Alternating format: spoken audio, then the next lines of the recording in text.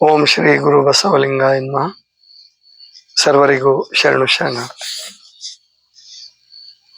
ತನು ಕರಗದವರಲ್ಲಿ ಮಜ್ಜನವನೊಲ್ಲೆಯಯ್ಯ ನೀನು, ಮನ ಕರಗದವರಲ್ಲಿ ಪುಷ್ಪವನೊಲ್ಲೆಯಯ್ಯ ನೀನು, ಹದುಳಿಗರಲ್ಲದವರಲ್ಲಿ ಗಂಧಾಕ್ಷತೆಯನೊಲ್ಲೆಯಯ್ಯ ನೀನು, ಭಾವಶುದ್ಧವಿಲ್ಲದವರಲ್ಲಿ ಧೂಪವನೊಲ್ಲೆಯಯ್ಯ ನೀನು, ಅರಿವು ಕಣ್ದೆರೆಯದವರಲ್ಲಿ ಆರತಿಯನೊಲ್ಲೆಯಯ್ಯ ನೀನು, ಪರಿಣಾಮಿಗಳಲ್ಲದವರಲ್ಲಿ ನೈವೇದ್ಯವನೊಲ್ಲೆಯಯ್ಯ ನೀನು, ತ್ರಿಕರಣ ಶುದ್ಧವಿಲ್ಲದವರಲ್ಲಿ ತಾಂಬೂಲವನೊಲ್ಲೆಯಯ್ಯ ನೀನು, ಹೃದಯ ಕಮಲ ಶುದ್ಧವಿಲ್ಲದವರಲ್ಲಿ ಇರಲೊಲ್ಲೆಯಯ್ಯ ನೀನು, ಎನ್ನಲ್ಲಿ ಏನುಂಟೆಂದು ಎನ್ನ ಕರಸ್ಥಲವನ್ನೆಂಬುಗೊಂಡೆ ಹೇಳ ಚೆನ್ನಮಲ್ಲಿಕಾರ್ಜುನ. ಇದು ಮಹಾದೇವಿ ಅಕ್ಕನವರ ಅತ್ಯಂತ ಪ್ರಸಿದ್ಧವಾದ ಮತ್ತು ಅದ್ಭುತವಾದಂತಹ ಒಂದು ವಚನ. ಈ ವಚನದಲ್ಲಿ ಮಹಾದೇವಿ ಅಕ್ಕ ನಿಷೇಧಾತ್ಮಕವಾಗಿ ಹೇಳ್ತಾ ಯಾವ ಗುಣಗಳು ಇದ್ರೆ ಪರಮಾತ್ಮನ ಒಲಿಸ್ಬೋದು ನಾವು, ಅಥವಾ ಭಕ್ತನಿಗೆ ಯಾವ ಗುಣಗಳು ಇರಬೇಕು, ಮುಖ್ಯವಾಗಿ ಭಕ್ತ ಅನ್ನಿಸ್ಕೋಬೇಕಾದ್ರೆ ಅವನೊಬ್ಬ ಲಿಂಗ ಪೂಜಕ ಅಂತ ಅನ್ನಿಸ್ಕೋಬೇಕಾದ್ರೆ, ಅವನಲ್ಲಿ ಪರಮಾತ್ಮ ನೆಲೆ ನಿಲ್ಬೇಕಾದ್ರೆ, ಅಥವಾ ಹೃದಯ ಕಮಲದಲ್ಲಿ ಗುಪ್ತವಾಗಿ ಸುಪ್ತವಾಗಿ ಅಡಗಿಕೊಂಡಿರ್ತಕ್ಕಂತಹ ಆ ಪರಮಾತ್ಮ ಜಾಗೃತ ಆಗಬೇಕಾದ್ರೆ ಏನ್ ಮಾಡಬೇಕು ಅಂತಕ್ಕಂಥದ್ದನ್ನು ತುಂಬಾ ಚೆನ್ನಾಗಿ ಹೇಳಿದ. ತನು ಕರಗದವರಲ್ಲಿ ಮಜ್ಜನವನೊಲ್ಲೆಯಯ್ಯ ನೀನು. ತನು ಅಂದ್ರೆ ಗೊತ್ತು ನಿಮ್ಗೆಲ್ಲ, ಏನು ತನು ಅಂದ್ರೆ ದೇಹ, ಶರೀರ. ಆದ್ರೆ ಎಲ್ಲಾ ದೇಹಗಳು ಶರೀರಗಳು ತನು ಅಲ್ಲ. ಯಾರು ಗುರುವಿನಿಂದ ದೀಕ್ಷೆ ಪಡ್ಕೊಂಡಿರ್ತಾನೋ ಅಥವಾ ಪಡ್ಕೊಂಡಿರ್ತಾಳೋ ಆ ತನುವನ್ನ, ಆ ದೇಹವನ್ನ ತನು ಅಂತ ಕರೀತಾರೆ. ದೇಹ ಅಂದ್ರೆ ಸಂಸ್ಕೃತದಲ್ಲಿ ಏನ್ ಅರ್ಥ ಇದೆಯಪ್ಪ, ಶಬ್ದಶಃ ಅರ್ಥ ಅಂದ್ರೆ ದಹನಕ್ಕೆ ಯೋಗ್ಯವಾದುದು. ಸತ್ಮೇಲೆ ಸುಡ್ತಿದ್ರಲ್ಲ, ಅದ್ರ ಆಧಾರದ ಮೇಲೆ ದೇಹ ಅಂತ ರಚನೆ ಆಗಿರ್ತಕ್ಕಂಥದ್ದು. ಆ ದೇಹ ಅದು ಇದರಲ್ಲಿರುವ ಆತ್ಮ ಹೋದ್ಮೇಲೆ ಏನಾರು ಮಾಡ್ಕೊಳ್ಳಿ, ಆದ್ರೆ ಆತ್ಮ ಇರೋವರೆಗೂ ಈ ದೇಹವನ್ನೇ ದೇವಾಲಯ ಮಾಡ್ಕೋಬೇಕು ಅಂತೇಳಿ ಶರಣರು ಬಹಳ ವಿಶೇಷವಾಗಿ ತನು ಅನ್ನುವ ಶಬ್ದ, ಅದು ಮೊದಲಿಂದನೂ ಇತ್ತೇನೋ, ಅದ್ರ ತುಂಬಾ ಬಳಕೆ ಆಗಿದ್ದು ವಚನ ಸಾಹಿತ್ಯದಲ್ಲಿ. ಆ ತನು ನಾವು ದೀಕ್ಷೆ ತಗೊಂಡ್ಮೇಲೆ ಅವನು ಬಡವ ಇರಲಿ, ಮಧ್ಯಮ ವರ್ಗದವನಿರ್ಲಿ, ಶ್ರೀಮಂತ ಇರಲಿ, ಯಾರೇ ಇದ್ರೂ ಕೂಡ ತನುವನ್ನ ಕರಗಿಸ್ಲೇಬೇಕು, ತನುವನ್ನ ದುಡಿಸ್ಲೇಬೇಕು. ಇವತ್ತು ಯಾಕಪ್ಪ ಕಾಯಿಲೆ ಜಾಸ್ತಿ ಆಗಿದಾವೆ ಅಂದ್ರೆ ಕೆಲಸ ಕಡಿಮೆ ಆಯ್ತು. ಅದರಲ್ಲೂ ಹೆಣ್ಮಕ್ಳಿಗೆ ಥೈರಾಯ್ಡ್ ಪ್ರಾಬ್ಲಮ್ ಬಹಳ ಆಗಿದೆ, ಜೊತೆಗೆ ಒಬೆಸಿಟಿ ಬಹಳ ಆಗಿದೆ. ಒಬೆಸಿಟಿ ಹೆಣ್ಮಕ್ಳಿಗೆ ಗಂಡು ಮಕ್ಳಿಗೆ ಸಮಾನವಾಗೇ ಇದೆ. ಬೊಜ್ಜಿನ ಸಮಸ್ಯೆ ಎಲ್ರಿಗೂ ಜಾಸ್ತಿ ಆಗಿದೆ. ಅದರಲ್ಲಿ ಹೆಣ್ಮಕ್ಳಿಗೆ ಥೈರಾಯ್ಡ್ ಸಮಸ್ಯೆ ಜಾಸ್ತಿ ಆಗ್ತದೆ.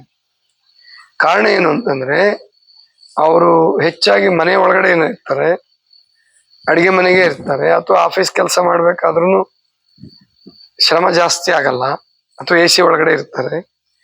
ಆಕ್ಸಿಜನ್ ಪ್ರಮಾಣ ಕಡಿಮೆ ಆಗುತ್ತೆ ಶ್ವಾಸಕೋಶಕ್ಕೆ ಅದರ ಬ್ಲಡ್ ಪ್ಯೂರಿಫಿಕೇಶನ್ ಆಗಕ್ಕೆ, ಅಂದ್ರೆ ರಕ್ತ ಶುದ್ಧೀಕರಣ ಆಗಕ್ಕೆ, ಪ್ರತಿಯೊಂದು ಕೆಲಸ ನಡಿಬೇಕಾದ್ರೂ ಆಕ್ಸಿಜನ್ ಬೇಕು. ಹಿಂದೆ ತಾಯಂದ್ರು ಗಂಡು ಮಕ್ಳಿಗಿಂತಲೂ ಪುರುಷರಿಗಿಂತಲೂ ಹೆಚ್ಚು ಶ್ರಮ ಪಡ್ತಿದ್ರು ಅಂತ ಹೇಳ್ಬೋದೇನಪ್ಪ. ಈಗಲೂ ನಿಮ್ಮ ಅಜ್ಜಿದಿರಿದ್ರೆ ಗಮನಿಸಿ ಅವ್ರನ್ನ. ಅವ್ರಿಗೆ ನಿಮಗಿರ್ತಕ್ಕಂಥ ಯಾವ ಸಮಸ್ಯೆ ಇಲ್ಲ, ಗರ್ಭಕೋಶ ತೆಗ್ಸಿಲ್ಲ, ಸೊಂಟ ಗಟ್ಟಿ ಇದೆ, 80 ವರ್ಷ 90 ವರ್ಷ ಆದ್ರೂ ಸೊಂಟ ನೋವಿಲ್ಲ, ಕೆಲವರಿಗೆ ಮಂಡಿ ನೋವು ಬಂದಿಲ್ಲ. ಇರೋದು ಹೆಂಗಿದಾರಪ್ಪ ಅಂದ್ರೆ ಅವರು ತೆಳ್ಳಗಿದ್ದಾನೆ.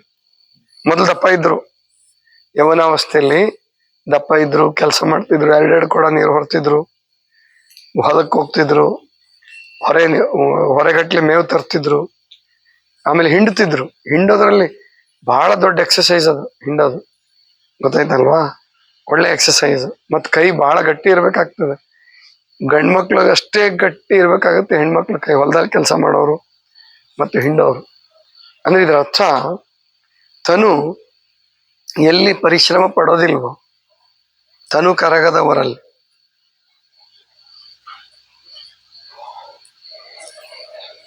ತನು ಕರಗೋದು ಅಂದ್ರೆ ಬೆವರು ಸುರಿಯೋದು, ತನು ಕರಗೋದು ಅಂದ್ರೆ ಫ್ಯಾಟ್ ಕರಗೋದು. ಅಂದ್ರೆ ಯಾರು ಪರಿಶ್ರಮ ಜೀವಿಗಳಿರ್ತಾರೋ ಅವ್ರು ದಪ್ಪ ಆಗಲ್ಲ, ಬೊಜ್ಜಿನ ಸಮಸ್ಯೆ ಬರಲ್ಲ ಅವ್ರಿಗೆ. ಅವ್ರು ನೋಡಕ್ ದಪ್ಪ ಇದ್ರು ಉದ್ದನೂ ಆಗ್ತಾರ. ಅವ್ರು ಸಣ್ಣದ್ರಿಂದ ಕೆಲಸ ಮಾಡಿದ್ರೆ, ಕೆಲವರು ಹೆಣ್ಮಕ್ಳು ಕೂಡ ಉದ್ದ ಇರ್ತಾರಲ್ಲ, ಅವರು ದಪ್ಪ ಇರ್ಬೋದು, ಉದ್ದನೂ ಇರ್ತಾರೆ. ಅವರು ದಪ್ಪಕ್ಕೆ ತಕ್ಕ ಹಾಗೆ ಉದ್ದಕ್ಕೆ ತಕ್ಕ ಹಾಗೆ ದಪ್ಪ ಇದ್ರಂದ್ರೆ ಅವರು ಚೆನ್ನಾಗೂ ಕಾಣಿಸ್ತಾರೆ, ಜೊತೆಗೆ ಅವ್ರ ಆರೋಗ್ಯನೂ ಚೆನ್ನಾಗಿರ್ತದೆ. ನಮ್ಮ ತಾಯಿನ ನಾವು ಗಮನಿಸಿದೀವಿ, ಅವರಿಗೆ ಪ್ರಾಯಶಃ 44ನೇ ವರ್ಷದವರೆಗೂ 40 ವರ್ಷದವರೆಗೂ ಯಾವ ಕಾಯಿಲೆನೂ ಇರಲಿಲ್ಲ. ಬಡತನ ಇತ್ತು ನಿಜ, ಆದ್ರೆ ತುಂಬಾ ಶ್ರಮ ಪಡ್ತಿದ್ರು. ಅವ್ರು ಹೇಳ್ತಾ ಇದ್ರು, ನಾವು ಆಗಿನ ಕಾಲದಲ್ಲಿ ನಿಮ್ಮನ್ನೆಲ್ಲ ಹೊಲಕ್ಕೆ ಕಳೆ ಕೀಳಕ್ ಹೋಗಿ ಹಡ್ಕೊಂಡ್ ಬಂದಿದೀವಪ್ಪ ಅಂತಿದ್ರು. ಅಂದ್ರೆ ಅಲ್ಲಿ ಗರ್ಭಿಣಿಯರು ಕೆಲಸ ಮಾಡಬಾರ್ದು ಅನ್ನಂಗಿರ್ಲಿಲ್ಲ, ಕೆಲಸ ಮಾಡ್ತಿದ್ರು. ಏನ್ ಸಾಧ್ಯ ಆಗುತ್ತೋ ಅಷ್ಟೆಲ್ಲ ಕೆಲಸ ಮಾಡ್ತಿದ್ರು, ತುಂಬಾ ಶ್ರಮ ಪಡ್ತಾ ಇದ್ರು. ಆದ್ರಿಂದ ಹೆರಿಗೆಗಳು ಸಹಜವಾಗಿ ಆಗ್ತಾ ಇದ್ವು. ಅದ್ರ ಅರ್ಥ ಎಲ್ಲಾ ಹೆರಿಗೆಗಳು ಸುಸೂತ್ರ ಆಗ್ತಿದ್ವು ಅಂತ ಅಲ್ಲ. ಹೆರಿಗೆ ಸಾವು ಅವಾಗ ಬಹಳ ಇತ್ತು, ತುಂಬಾ ಹೆರಿಗೆ ಸಾವಿತ್ತು. ಅದರಲ್ಲೂ ಬದುಕ್ತಿದ್ರು. ಬದುಕಿರೋರು ಗಟ್ಟಿ ಜೀವಿಗಳೇ ಬದುಕ್ತಿದ್ರು. ಸ್ವಲ್ಪ ಹೆಚ್ಚು ಕಡಿಮೆ ಆದ್ರೂ ತಾಯಿ ಮಗು ಇಬ್ರು ಹೋಗ್ಬಿಡ್ತಾ ಇದ್ರು. ಇವಾಗ ಯಾಕೆ ಜನಸಂಖ್ಯೆ ಜಾಸ್ತಿ ಆಗಿದೆ ಅಂದ್ರೆ, ಈ ಆಧುನಿಕ ವಿಜ್ಞಾನ ಹೆರಿಗೆ ಸಾವನ್ನು ತುಂಬಾ ಕಡಿಮೆ ಮಾಡಿದೆ. ಸಿಸರಿನ್ ಇರ್ಬೋದು, ಬೇರೆ ಬೇರೆ ಇರ್ಬೋದು. ಸಿಸರಿನ್ ಒಳ್ಳೇದಲ್ಲ ಹೆಣ್ಮಕ್ಳಿಗೆ ನಿಜವಾಗಿ, ಆದ್ರೂ ಕೂಡ ಇವತ್ತು ಅವರು ಹೆಣ್ಮಕ್ಳು ಸಿಸರಿನ್ ಮಾಡ್ಸಕ್ಕೆ ಹೆಚ್ಚು ಒಲವು ವ್ಯಕ್ತಪಡಿಸ್ತಾರೆ. ಡಾಕ್ಟರ್ಗಳು ಕೂಡ ಹೆಚ್ಚು ಸಿಸರಿನ್ ಮಾಡ್ತಾರೆ. ಅಮೆರಿಕಾದಲ್ಲಿ ಒಂದು ಜೋಕ್ ಇದೆಯಂತೆ, ಅಲ್ಲಿ ಡಾಕ್ಟ್ರು ದೇವ್ರಿಗೆ ಪ್ರಾರ್ಥನೆ ಮಾಡ್ತಾರಂತೆ, ದೇವರೇ ಈ ಹೆಣ್ಮಕ್ಳು ಹೊಟ್ಟೆಲಿ ಒಂದು ಜಿಪ್ ಇಡಂಗೆ ಇದ್ದಿದ್ರೆ ಗೊತ್ತಾಯ್ತು ಎಷ್ಟು ಸಿಸರಿನ್ ತಪ್ತಿದ್ವಲ್ಲ. ಯಾಕಂದ್ರೆ ನಮ್ಮ ತರ ಅಲ್ಲಿ ಡಾಕ್ಟರ್ಗಳಿಗೆ ಈ ಪ್ರೈವೇಟ್ ದವಾಖಾನೆಗಳಿಗೆ ಅವಕಾಶ ಇಲ್ಲ, ಸರ್ಕಾರನೇ ಸಂಬಳ ಕೊಟ್ಬಿಡುತ್ತೆ, ಅವ್ರು ಕೆಲಸ ಮಾಡ್ಲೇಬೇಕು, ಕೆಲಸ ಮಾಡಿದ ತಕ್ಕ ಹಾಗೆ ಸಂಬಳ. ಇಲ್ಲಿ ಹಂಗಿಲ್ಲ, ಇಲ್ಲಿ ನಾರ್ಮಲ್ ಡೆಲಿವರಿ ಆಗೋದು ಇದ್ರೂ ಕೂಡ, ಸಾಮಾನ್ಯರಿಗೆ ಆಗೋದು ಇದ್ರೂ ಕೂಡ ಅನೇಕ ಜನ ಡಾಕ್ಟರ್ಗಳು ಮತ್ತು ತಾಯಂದ್ರು ಸಿಸರಿನ್ಗೆ ಒಪ್ಕೊಂಡ್ಬಿಡ್ತಾರೆ. ಡಾಕ್ಟ್ರಿಗೆ ಒಂದು ರೀತಿ ಲಾಭ, ತಾಯಂದ್ರಿಗೆ ಇನ್ನೊಂದು ರೀತಿ ಲಾಭ. ಆದ್ರೆ ಅದು ತಾಯಂದ್ರಿಗೆ ಆಗೋ ತಾತ್ಕಾಲಿಕ ಲಾಭ ಅಷ್ಟೇ. ತುಂಬಾ ನುಕ್ಸಾನ್ ಅನುಭವಿಸ್ತಾರೆ ಅವರು, ಅಂದ್ರೆ ತುಂಬಾ ತೊಂದರೆ ಅನುಭವಿಸ್ತಾರೆ. ಆದ್ರಿಂದ ಅದು ಏನು, ಯಾರ ಶರೀರ ನೀವು ಶ್ರಮ ಪಡ್ತೀರಿ, ಶ್ರಮದ ಕೆಲಸ ಮಾಡ್ತೀರಿ, ಅವ್ರ ಶರೀರ ಗಟ್ಟಿ ಇರ್ತದೆ. ಈಗ ಒಮ್ಮೆಗೆ ಶ್ರಮ ಪಡಕ್ ಹೋಗ್ಬೇಡಿ, ಮತ್ತೆ ಗೊತ್ತಾಯ್ತಲ್ಲ, ಗುರುಗಳು ಹೇಳಿದಾರೆ ಅಂತ ಹೇಳಿ ಇಲ್ಲಿಂದ ಉಪವಾಸದಿಂದ ಹೋಗಿ ಸಿಕ್ಕಾಪಟ್ಟೆ ಕೆಲಸ ಮಾಡಿದ್ರೆ ಹಂಗಲ್ಲ. ಕೆಲಸ ಸಣ್ಣದ್ರಿಂದ ಹಾಕೋಂತ ಬಂದು, ಅಥವಾ ನೀವು ರೂಢಿಸ್ಕೋಬೇಕಾದ್ರೆ ಇಲ್ಲಿ ವಾಕಿಂಗ್ ಮಾಡೋದು ರೂಢಿಸ್ಕೊಳ್ಳಿ, ಯೋಗ ರೂಢಿಸ್ಕೊಳ್ಳಿ. ಇಲ್ಲಿರೋರ್ಗು 10 ದಿವಸ 15 ದಿವಸ ಎಷ್ಟು ದಿವಸ ಇರ್ತೀರೋ ಅಷ್ಟು ದಿವಸ. ಅಲ್ಲಿ ಮನೆಗೆ ಹೋದ್ಮೇಲೆ ಅಲ್ಲಿ ನೀವು ಕ್ರಮಬದ್ಧವಾಗಿ ಕೆಲಸ ಜಾಸ್ತಿ ಮಾಡ್ಕೋಂತ ಹೋಗ್ರಿ, ಆವಾಗ ಆರೋಗ್ಯ ಚೆನ್ನಾಗಿರುತ್ತೆ. ಯಾರತ್ತನು ಕರಗೋದಿಲ್ಲ, ಅಂದ್ರೆ ಯಾರು ಕಾಯಕ ಮಾಡೋದಿಲ್ಲ, ಅವರಿಂದ ಪರಮಾತ್ಮ ತನು ಕರಗದವರಲ್ಲಿ ಮಜ್ಜನವನು ಒಳ್ಳೆಯ ನೀನು. ಅವನ್ ಮಜ್ಜನ ಮಾಡಿಸಿದ್ರು ಕೂಡ ಏನು ಪ್ರಯೋಜನ ಇಲ್ಲ. ಸುಮ್ಮನೆ ಅದು ಹರೆಯ ಹೋಯಿಸಿ, ಸುಮ್ಮನೆ ಹರಿಯ ಬಿಟ್ಟು ಹೋಯಿಸಿ ಲಿಂಗ ಪೂಜೆ ಮಾಡ್ದಂಗೆ ಆಗುತ್ತೆ, ಅದು ವ್ಯರ್ಥ. ಮೊದಲು ಶ್ರಮ ಪಡಿ, ಶ್ರಮ ಪಟ್ಟು ಬೆವರು ಸುರಿಸಿ, ಅಥವಾ ಅವ್ರವ್ರ ಕಾಯಕದಲ್ಲಿ ಚೆನ್ನಾಗಿ ಮಾಡಿ, ಸಂತೃಪ್ತವಾಗಿ ಮಾಡಿ. ಎಲ್ಲರೂ ರೈತರೇ ಆಗಬೇಕು, ಎಲ್ಲರೂ ಕೃಷಿಕರೇ ಆಗಬೇಕು ಅಂತ ಇಲ್ಲ. ನೀವು ರೈತರು, ಕೃಷಿಕರು, ಕಾರ್ಮಿಕರು ಆಗದೆ ಹೋದ್ರೆ ನೀವು ಇನ್ನೊಂದು ರೀತಿ ಶ್ರಮ ಪಡ್ಬೇಕು. ವ್ಯಾಯಾಮ, ವಾಯುವಿಹಾರ, ವಾಕಿಂಗು, ಅಥವಾ ಬೇರೆ ಏನು ಶ್ರಮ ಪಡಕ್ ಸಾಧ್ಯ ಆಗುತ್ತೋ ಅದನ್ನ ನೀವೆಲ್ಲರೂ ಮಾಡ್ಲೇಬೇಕು. ಇಲ್ಲದೆ ಹೋದ್ರೆ ಅಲ್ಲಿ ಪರಮಾತ್ಮ ಮಜ್ಜನ ಸ್ವೀಕರಿಸ್ತಾನೋ ಬಿಡ್ತಾನೋ ಗೊತ್ತಿಲ್ಲ, ನಿಮ್ಗೆ ಆರೋಗ್ಯ ಅಂತೂ ಸಿಕ್ಕಲ್ಲ. ತನು ಕರಗದವರಲ್ಲಿ ಮಜ್ಜನವನೊಲ್ಲೆಯ ನೀನು, ಮನ ಕರಗದವರಲ್ಲಿ ಪುಷ್ಪವನೊಲ್ಲೆಯ ನೀನು. ಯಾರ ಮನಸ್ಸು ಕರಗೋದಿಲ್ಲ ಅವ್ರು ಹೂ ಇಟ್ಟರು ಕೂಡ ಪ್ರಯೋಜನ ಇಲ್ಲ ಅಂತ ಹೇಳ್ತಾರೆ. ಅಂದ್ರೆ ಹೂವುಗಳು ನಿಮ್ಗೆಲ್ಲ ಗೊತ್ತು, ಯಾವ್ದಾದ್ರು ಒಂದು ಹೂ ಕೆಟ್ಟು ಹೊರಟಿದೆ ಅಂತಿಲ್ಲ.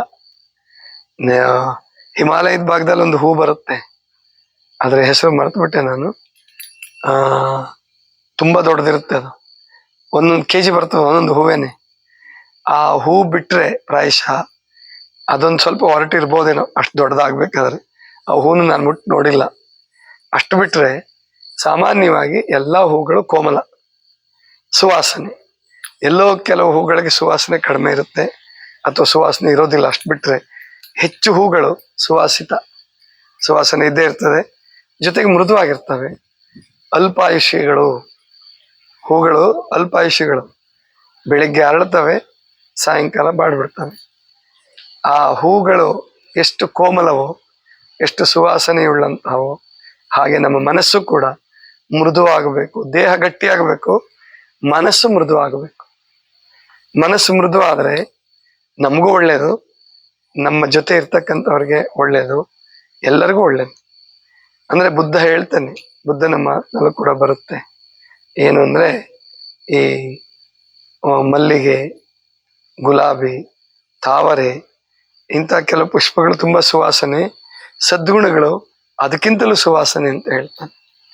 ಹೂಗಳ ಸುವಾಸನೆಗಿಂತ ಸದ್ಗುಣಿಯ ಸುವಾಸನೆ ಇದೆಯಲ್ಲ, ಹೂಗಳ ಸುವಾಸನೆ ಸ್ವಲ್ಪ ದೂರ ಹರಡುತ್ತೆ, ಅಥವಾ ನೀವು ತಗೊಂಡೋಗಿ ಹರಡಿಸ್ಬೇಕು ಅಷ್ಟೇ.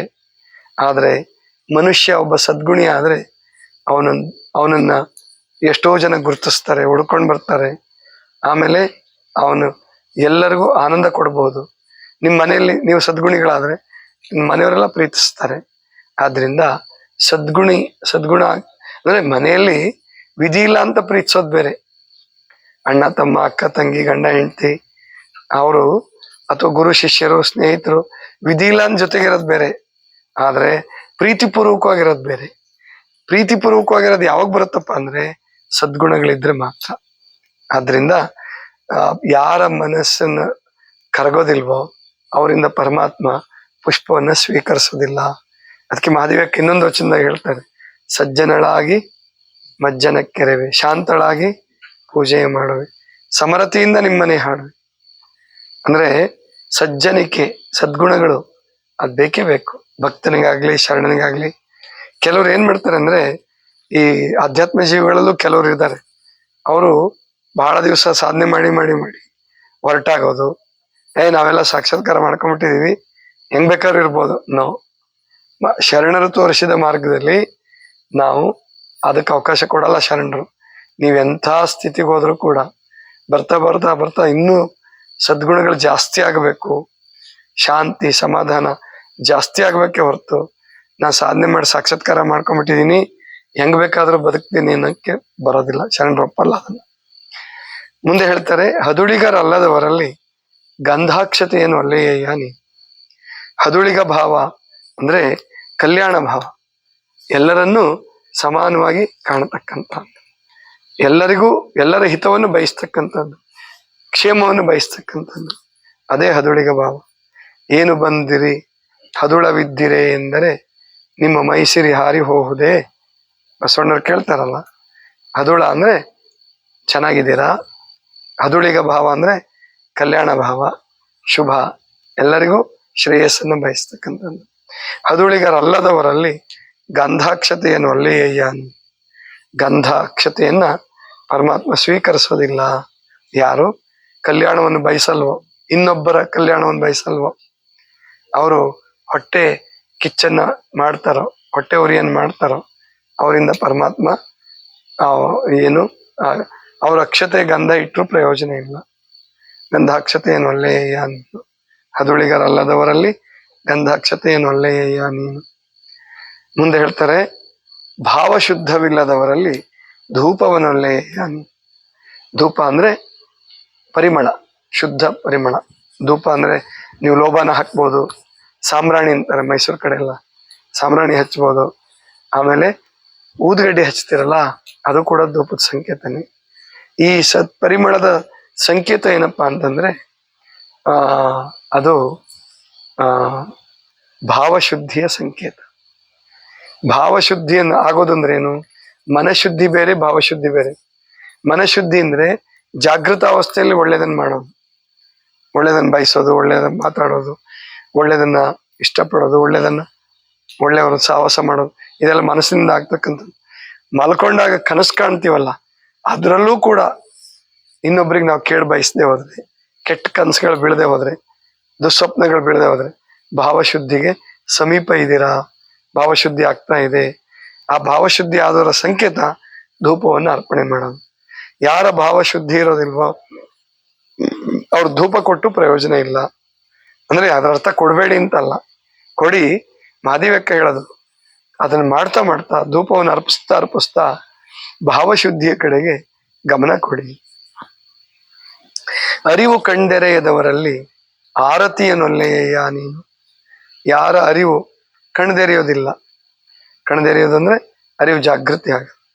ಆರತಿ ಹಚ್ಚೋದು ಅಂದ್ರೆ ನಾವು ಕರ್ಪೂರ ಹಚ್ಚಿ ಬೆಳಗ್ತೀವಿ, ಅಥವಾ ಆರತಿ ಮಾಡ್ತೀವಿ, ಆರತಿ ದೀಪ ಹಚ್ತೀವಿ, ತುಪ್ಪದ ದೀಪ ಹಚ್ತಾರೆ ಕೆಲವರು. ಇವಕ್ಕೆಲ್ಲ ಸಾರ್ಥಕತೆ ಬರ್ಬೇಕಾದ್ರೆ ಅರಿವು ಕಣ್ದೆರಿಬೇಕು ಅಂದ್ರೆ ವಿವೇಕ ಜಾಗೃತಿ ಆಗೋದು. ಮೂರನೆಯ ಕಣ್ಣು, ಇಂಟ್ಯೂಷನಲ್ ಐ ಅಂತ ಹೇಳ್ತಾರೆ.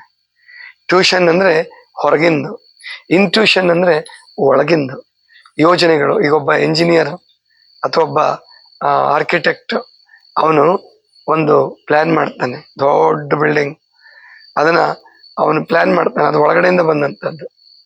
ಅದು ಅವನು ಏನು ತುಂಬಾ ಚೆನ್ನಾಗಿ ವಿಶ್ವೇಶ್ವರಯ್ಯನವ್ರಿಗೆ ಬರ್ತಿತ್ತಲ್ಲ, ಅದು ಇಂಟ್ಯೂಷನ್ ಅಲ್ಲಿ ಬರೋದು. ಕಲ್ತಿದ್ದನ್ನೇ ಮಾಡೋದು ಟ್ಯೂಷನ್ ಅದು. ಆದ್ರೆ ಇಂಟ್ಯೂಷನ್ ಅಂದ್ರೆ ಒಳಗಿಂದ ಬರ್ತದೆ. ಅದು ಎಂಜಿನಿಯರ್ ಇರ್ಲಿ, ಡಾಕ್ಟರ್ ಇರ್ಲಿ, ಗುರುಗಳಿರ್ಲಿ, ಅಥವಾ ನೀವು ಯಾವುದನ್ನೇ ಮಾಡ್ಲಿ, ಒಬ್ಬ ಡ್ರೈವರ್ ಕೂಡ ಒಬ್ಬ ಇಂಟ್ಯೂಷನ್ ಇದ್ರೆ ಅವನು ಆಕ್ಸಿಡೆಂಟ್ ತಪ್ಪಿಸ್ತಾನ. ಅವನು ಆಕ್ಸಿಡೆಂಟ್ ಇಲ್ಲದೆ ನಡೆಸ್ಬೇಕಾದ್ರೆ ಅವನು ಬರೀ ಹೊರಗೆ ನೋಡಿ ನಡೆಸ್ತಿದ್ರೆ ಏನಾದ್ರು ತಪ್ಪುಗಳು ಮಾಡ್ತಿರ್ತಾನೆ. ಅವನು ಅರಿವು ಜಾಗೃತಿ ಆದ್ರೆ, ಎಚ್ಚರಿಕೆ ಇದ್ರೆ, ಅವನು ಎಂತ ಅಪಾಯಕಾರಿ ಸಂದರ್ಭದಲ್ಲೂ ಅವನು ಪಾರ್ ಮಾಡಬಲ್ಲ. ಅಂದ್ರೆ ಅವನ ಡಿಸಿಷನ್ ಒಳಗಡೆಯಿಂದ ಬರ್ತದೆ, ಅದು ಇಂಟ್ಯೂಷನ್ ಅಂತ ಕರೀತಾರೆ. ಇದು ಜಾಗೃತ ಆಗದೆ ಹೋದ್ರೆ ನಿಮ್ಮ ಕಾಯಕದಲ್ಲಿ ನೀವೇನೇ ಕೆಲಸ ಮಾಡಿ ನೀವು ತಿಳ್ಕೊಂಡು ಮಾಡ್ಬೇಕು. ಇದರರ್ಥ ಪ್ರತಿಯೊಬ್ರು ಏನು ಧ್ಯಾನ ಸಿದ್ಧರೇ ಆಗ್ಬಿಡ್ಬೇಕು ಅಂತಲ್ಲ. ನೀವು ಮಾಡೋ ಕೆಲಸದಲ್ಲಿ ಯಾರತ್ತೂ ನೀವು ಹೇಳಿಸ್ಕೊಳ್ಳಾರ್ದು ಒಂದು ಕಸ ಹೊಡೀರಿ, ನೀಟಾಗಿ ಹೊಡೆದ್ಬಿಟ್ರೆ ಗೊತ್ತಾಯ್ತಲ್ವಾ. ಈಗ ಏನು ಸ್ವಚ್ಛತೆ ಮಾಡೋದು, ಒರೆಸೋದು, ನೀವು ನೀಟಾಗಿ ಒರೆಸಿದ್ರಿ, ಯಾರು ಹೇಳಬೇಕಾಗಿಲ್ಲ, ನೀವೇ ತಿಳ್ಕೊಂಡು ಒರೆಸಿದ್ರಿ, ಕಸ ಹೊಡೆದ್ರಿ, ಅದು ಏನದು ಇಂಟ್ಯೂಷನ್, ಒಳಗಡೆಯಿಂದ ಬರ್ತಕ್ಕಂಥದ್ದು. ಇಲ್ಲ ಹೇಳಿ ಬೈತಾರಲ್ಲ ಅಂತ ತಿಳ್ಕೊಂಡು, ಅಥವಾ ಯಾರೋ ಏನಾದ್ರು ಅಂತಾರಲ್ಲ ಅಂತೇಳಿ ಯಾರ್ದೋ ಬೈಕ್ ಮಾಡಿದ್ರೆ ಅದು ಹೊರಗಿಂದಷ್ಟೇ, ಒಳಗಿನಿಂದ ಬರಬೇಕು. ಇದು ಒಳಗಿನ ಕಣ್ಣು ಜಾಗೃತ ಆಗೋದಂದ್ರೆ. ಅರಿವು ಕಣ್ದೆರೆಯದವರಲ್ಲಿ ಆರತಿಯನ್ನೊಲ್ಲೆಯ ನೀನು, ಪರಿಣಾಮಿಗಳಲ್ಲದವರಲ್ಲಿ ನೈವೇದ್ಯವನ್ನೊಲ್ಲೆಯ ನೀನು. ನೈವೇದ್ಯ ಅಂದ್ರೆ ಗೊತ್ತು ನೀವೆಲ್ಲ, ಪ್ರಸಾದಕ್ಕೆ ಏನೋ ಒಂದು ಕಲ್ ಸಕ್ಕರೆನೋ ಅಥವಾ ಪುಟಾಣಿನೋ ಅಥವಾ ಈ ಸಕ್ಕರೆನೋ ಏನಾರು ಇಡ್ತಿರ್ತೀರಲ್ಲ, ಅದು ನೈವೇದ್ಯ. ಅಂದ್ರೆ ನನಗೆ ಆಹಾರ ಕೊಟ್ಟಿದೀಯ ನೀನು, ನೀ ಕೊಟ್ಟಂತೆ ಎಲ್ಲ ದವಸ ಧಾನ್ಯಗಳು ಎಲ್ಲವೂ ನಿನ್ನ ಪ್ರಸಾದ, ನಾನು ನಿನಗೆ ಅದನ್ನ ಅರ್ಪಿಸ್ತೀನಿ. ನಿನ್ನ ಅನುಗ್ರಹ, ಅದು ಪದಾರ್ಥ, ನೀನು ಅನುಗ್ರಹ ಮಾಡಿದಾಗ ಅದು ಪ್ರಸಾದ ಅನ್ನುವ ಭಾವದಿಂದ ನೈವೇದ್ಯ. ಆ ನೈವೇದ್ಯಕ್ಕೆ ಎಷ್ಟು ಚೆನ್ನಾಗಿ ಹೇಳ್ತಾರೆ ಮಾದೇವಕ್ಕಂದ್ರೆ ಪರಿಣಾಮಿಗಳಾಗೋದು. ಸಾಮಾನ್ಯ ಪರಿಣಾಮ ಅಂದ್ರೇನು ನಿಮಗೆ ಗೊತ್ತಿರೋ ಅರ್ಥ?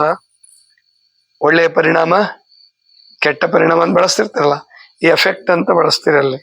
ಆದ್ರೆ ಅದಲ್ಲ. ಇಲ್ಲಿ ಪರಿಣಾಮ ಅಂದ್ರೆ ತೃಪ್ತಿ, ಕಾಂಟೆಂಟ್ಮೆಂಟ್ ಅಂತ ಹೇಳ್ತಾರೆ, ಅಥವಾ ಸ್ಯಾಟಿಸ್ಫ್ಯಾಕ್ಷನ್ ಅಂತ ಹೇಳ್ತಾನೆ. ಆ ಪರಿಣಾಮ ಇದೇನಪ್ಪಾ ಅಂತಂದ್ರೆ, ಪರಿಣಾಮಿಗಳು ಅಲ್ಲದವರು ಅಂದ್ರೆ ಯಾರಪ್ಪ ಅಂದ್ರೆ ಏನ್ ಸಿಕ್ಕರೂ ತೃಪ್ತಿ ಆಗಲ್ಲ ಅವ್ರಿಗೆ, ಏನ್ ಕೊಟ್ಟರು ತೃಪ್ತಿ ಆಗಲ್ಲ. ಈ ಉದ್ಯಮಿಗಳು, ರಾಜಕಾರಣಿಗಳು ಇರ್ತಾರಲ್ಲ, ಅವರು ಸಿಕ್ಕಿದ್ದನ್ ಬಿಟ್ಟು ಇನ್ನೇನೋ ಯೋಚನೆ ಮಾಡ್ತಿರ್ತಾರೆ.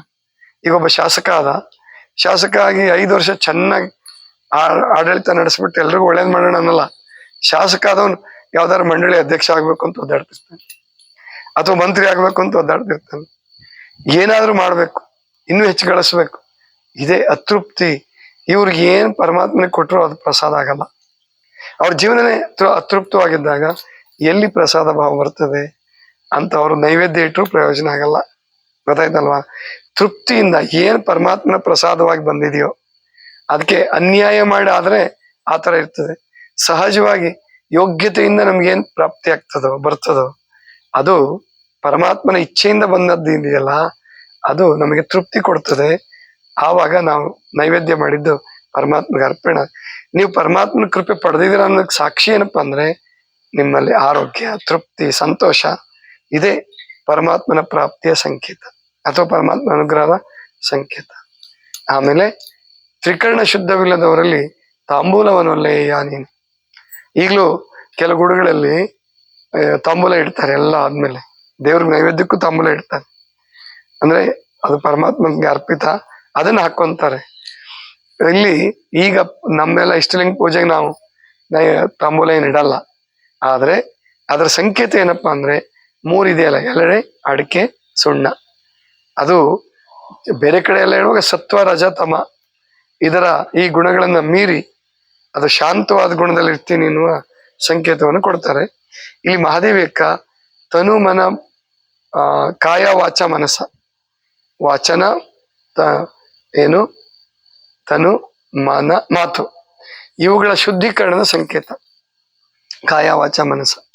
ಈ ಶುದ್ಧೀಕರಣ ಮಾಡ್ಕೊಂಡಿದ್ದು ಅಂತವರು ತಾಂಬೂಲವನ್ನು ಕೊಟ್ಟಿದ್ದು ಸಾರ್ಥಕ ಆಗತ್ತೆ. ಕೊನೆಗೆ ಹೇಳ್ತಾರೆ, ಹೃದಯ ಕಮಲ ಶುದ್ಧವಿಲ್ಲದವರಲ್ಲಿ ಇರಲೊಲ್ಲೆಯ್ಯ ನೀನು.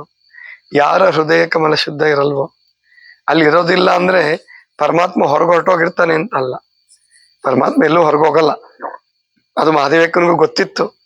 ಆದ್ರೆ ಎಲ್ಲದನ್ನೂ ಕಾವ್ಯಾತ್ಮಕವಾಗಿ ಹೇಳುವಾಗ ಫಿಲಸಾಫಿಕಲ್ಲಿ ಕೆಲವು ಸಾರಿ ಅದು ದೋಷ ಬರ್ಬೋದು. ಆದರೆ ಅದನ್ನ ತರ್ಕ ಮಾಡುವ ಅಗತ್ಯ ಇಲ್ಲ, ಅರ್ಥ ಮಾಡಿಕೊಳ್ಳುವ ಅಗತ್ಯ ಇದೆ. ಗೊತ್ತಾಯ್ತಲ್ವಾ? ಹೃದಯ ಕಮಲ ಶುದ್ಧವಿಲ್ಲದವರಲ್ಲಿ ಇರಲೊಲ್ಲೆಯ ಅಂದ್ರೆ ಎಂಥ ಕೆಟ್ಟವನೇ ಇರಲಿ ಅವನ ಹೃದಯದಲ್ಲಿ ಅಷ್ಟದಳ ಕಮಲಗಳು ಇದೆ, ದ್ವಾದಶ ಕಮಲ ಇದೆ. ಅಷ್ಟದಳ ಕಮಲ ಅಂದ್ರೆ ಅದರಲ್ಲಿ ಅಷ್ಟದಳಗಳು ಮೊದಲು ಊರ್ಧ್ವ ಕೆಳಮುಖವಾಗಿರ್ತವೆ, 4 ಮೇಲ್ಮುಖವಾಗಿರ್ತವೆ. ಬಾಳೆ ಹೂ ಇರ್ತದಲ್ಲ, ಹಂಗಿರುತ್ತೆ ಅಂತ ಹೇಳ್ತಾರೆ ಹೃದಯ ಕಮಲ. ಅದನ್ನ ಶುದ್ಧೀಕರಣ ಮಾಡ್ಕೊಳ್ಳದೆ ಹೋದ್ರೆ ಪರಮಾತ್ಮನ ಜಾಗೃತಿ ಆಗಲ್ಲ ಇಷ್ಟೇ. ಆದ್ರೆ ಎಲ್ಲರಲ್ಲೂ ಆತ್ಮತತ್ವ ಇದ್ದೇ ಇರ್ತದೆ. ಅದಿದ್ರೆ ಬದುಕೋದು ನಾವು, ಇಲ್ಲೇ ಬದುಕಕ್ಕೆ ಸಾಧ್ಯವೇ ಇಲ್ಲ. ಆದ್ರಿಂದ ಎನ್ನಲ್ಲಿ ಏನುಂಟೆಂದು ಎನ್ನ ಕರಸ್ಥಲವನ್ನು ಇಂಬುಗೊಂಡೆ ಹೇಳ ಚೆನ್ನಮಲ್ಲಿ ಕರ್ದಿನ.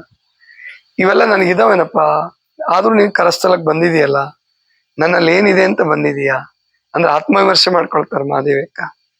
ಎಲ್ಲದನ್ನು ಹೇಳಿ ಕೊನೆಗೆ ಈ ಗುಣಗಳು ನನ್ನ ಹತ್ರ ಇದಾವ ಇಲ್ವೋ ಗೊತ್ತಿಲ್ಲ, ನೀನ್ ನನ್ನ ಕರಸ್ಥಲಕ್ಕೆ ಬಂದಿದೀಯಾ ಅಂದ್ರೆ ನನ್ನಲ್ಲಿ ಇದೆ ಅಂತ ಭಾವಿಸ್ಕೊಳ್ತೀನಿ, ಅದನ್ನ ಜಾಗೃತಿ ಮಾಡ್ಕೊಳಕ್ಕೆ ಪ್ರಯತ್ನ ಮಾಡ್ತೀನಿ ಅನ್ನುವ ಅರ್ಥದಲ್ಲಿ ಮಹಾದೇವಕ್ಕ ಹೇಳ್ತಾರೆ. ಇದಿಷ್ಟು ಇವತ್ತಿನ ಚಿಂತನ. ಸರ್ವರಿಗೂ ಶರಣು ಶರಣ.